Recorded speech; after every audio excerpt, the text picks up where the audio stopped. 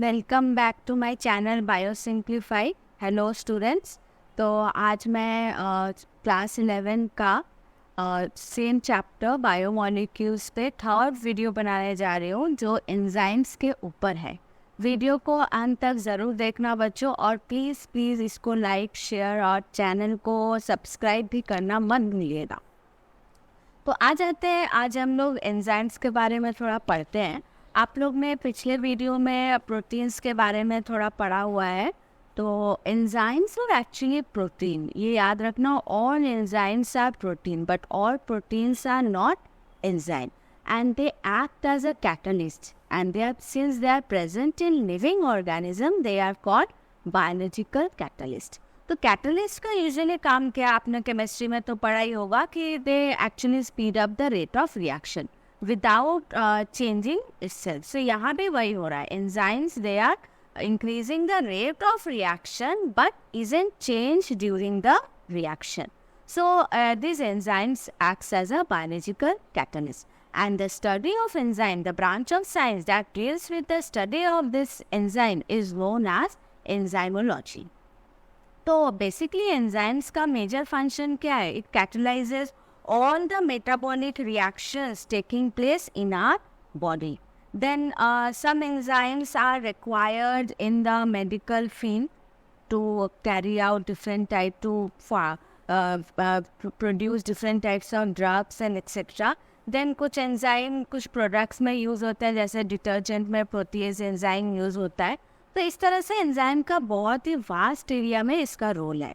तो प्रॉपर्टीज अगर आप देखोगे तो this act as a catalyst, it lowers the activation energy, then increases rate of reaction. They are protein in nature. They remain unchanged after reaction, and they are very specific to their substrate.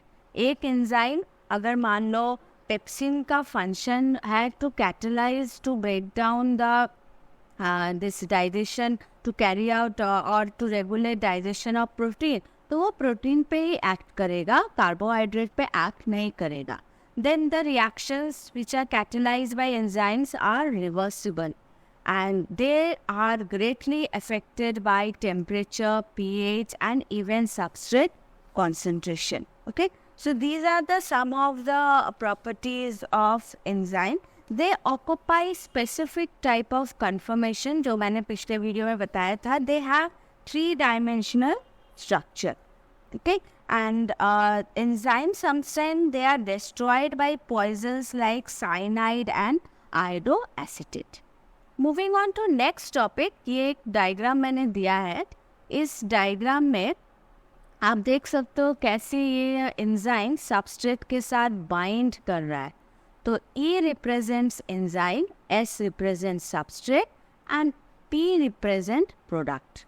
तो enzyme, हर एक enzymes का एक proper structure होता है, 3-dimensional structure, और उस 3-dimensional structure में एक एंजाइम का बाइंडिंग साइट रहता है फॉर द सबस्ट्रेट।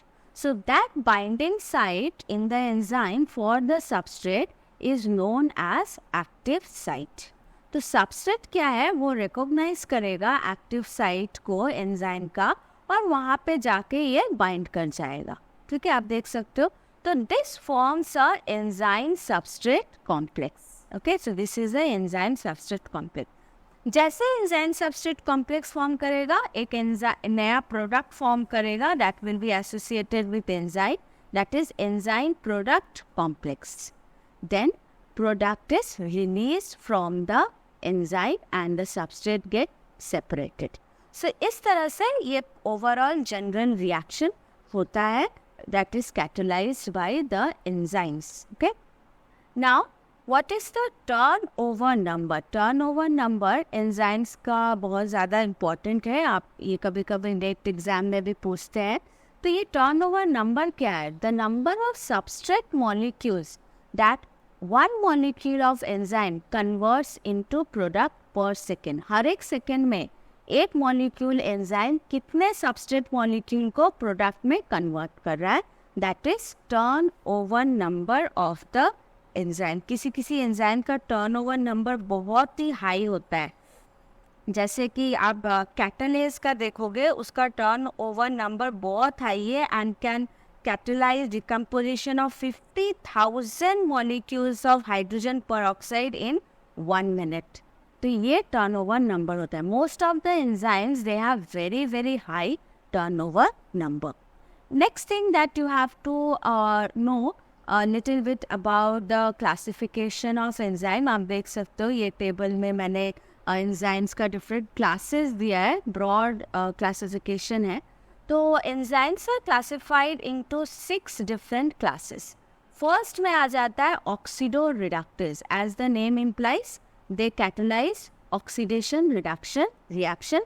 एक एग्जाम्पल दे दिया है लैक्टेट डिहाइड्रोजनेस, दूसरा हो सकता है cytochrome, then phosphoglycerol dehydrogenase, they all catalyse redox reaction.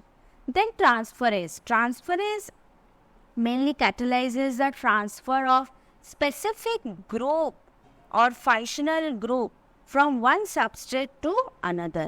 तो एग्जाम्पल यहाँ पे दे दिया है nucleoside monophosphate kinase, glutamate pyruvate transaminase हो सकता है, हेक्सोकाइनेज हो सकता है। नेक्स्ट आ जाना hydrolase. As the name imply it catalyses hydrolysis reaction. ठीक है, तो एग्जाम्पल हो गया काइमो, ट्रिप्सिन हो गया। देन प्रोटियोलाइटिक एंजाइम जितने सारे हैं डाइजेशन में हेल्प करते हैं, rennin, trypsin, erepsin. Then carbohydrate digesting enzyme, sucrase, maltase, lactase, सारे ही इस क्लास में पढ़ेंगे। फिर आ जाते हैं फोर्थ में लाइएस। लाइएस का काम क्या होता है? This breaks down the specific covalent bond and removes the group. Okay, so ये या तो फिर रिमूव करेगा या फिर ऐड भी करता है। तो एग्जाम्पल आ जा रहा है फ्यूमरेस, एल्डोलेस, हिस्टिडिन, डीकार्बोक्सिलेज।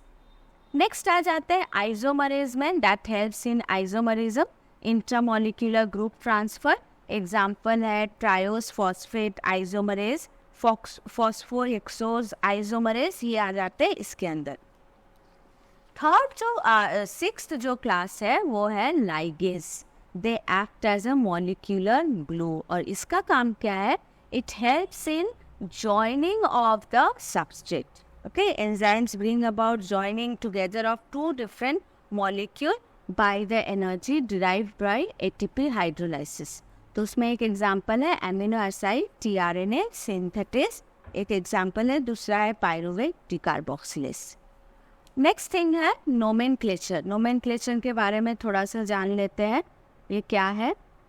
नोमेनक्लेचर में आपको पहले जो जब नेमिंग होता था एंजाइम्स का, ये डिपेंड करता था सबस्ट्रेट किस तरह का है एंजाइम के लिए, उसके ऊपर डिपेंड करता था। अगर सबस्ट्रेट लैक्टोज है तो एंजाइम का नाम होगा लैक्टेस, सफिक्स ASC लगेगा।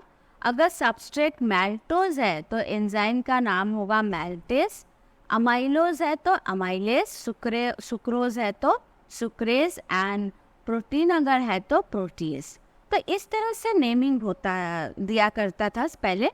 तो it depends upon the type of the substrate that is acted by the enzyme. Okay, next जब नोमेनक्लेचर दिया second type, it depends on the type of reaction.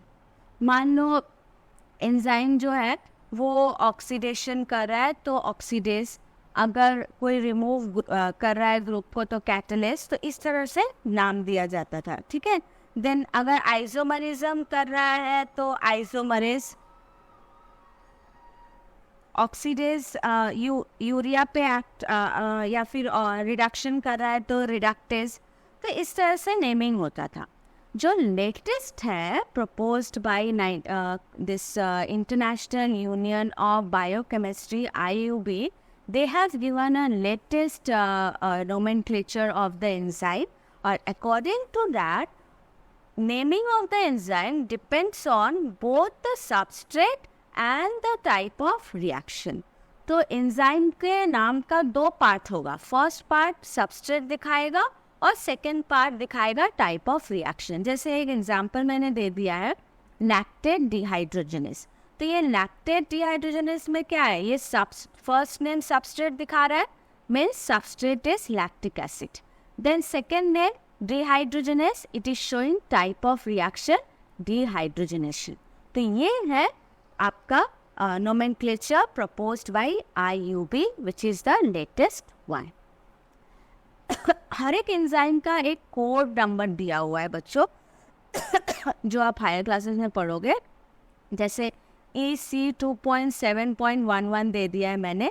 EC मतलब enzyme code या फिर enzyme commission, और ये जो 2711 ये दिखा रहा है क्लास 7 सब क्लास. इस तरह से नंबरिंग किया हुआ है. ठीक है, अब आ जाते हैं हम लोग थोड़ा एंजाइम का बेसिक थोड़ा स्ट्रक्चर में या फिर केमिकल नेचर में. एंजाइम्स दो तरह के हो सकते हैं on the basis of their component. एक है सिंपल एंजाइम जो सिर्फ प्रोटीन से बना हुआ है, और दूसरा है कॉन्जुगेटेड एंजाइम. कॉन्जुगेटेड एंजाइम में क्या होता है, दो कंपोनेंट एक साथ जुड़े हुए रहेंगे. वो दो कंपोनेंट क्या है, एक है एपो एंजाइम और दूसरा होता है कोफैक्टर. ठीक है, आप देख सकते हो यहाँ पे मैंने एक डायग्राम दिया हुआ है. ये है पूरा कंप्लीट एंजाइम. कंप्लीट एंजाइम जो होता है उसको बोलते हैं हॉलो एंजाइम, जिसके पास प्रोटीन पार्ट होगा एपो एंजाइम और नॉन प्रोटीन पार्ट होता है आपका कोफैक्टर. ठीक है, एक बार फिर से रिपीट करते हैं. एपो एंजाइम होता है protein part of the enzyme, cofactor होता है नॉन प्रोटीन पार्ट. अगर ये दोनों पार्ट प्रेजेंट है तो that enzyme is complete and known as holo enzyme. ठीक है, तो कोफैक्टर या फिर नॉन प्रोटीन पार्ट भी दो तरह के हो सकते हैं. एक होते हैं प्रोस्थेटिक ग्रुप, एक होते हैं कोएंजाइम. तो coenzyme is a non protein component which is loosely bound with the apoenzyme by non-covalent bond. They are vitamins and prosthetic group जो होते हैं वो tightly bound करते हैं with the apoenzyme. तो ये थोड़ा सा आपको इसके बारे में जानना है. ठीक है, ये वीडियो आपको कॉन्सेप्ट मेरे ख्याल से आपको समझ में आ गया होगा. मैं अपने नेक्स्ट वीडियो में factors that affects enzyme activity उसके बारे में थोड़ा डिस्कस करूँगी. आप ज़रूर देखना. वीडियो को लाइक शेयर और सब्सक्राइब करिएगा. थैंक यू सो मच बच्चों. बाय.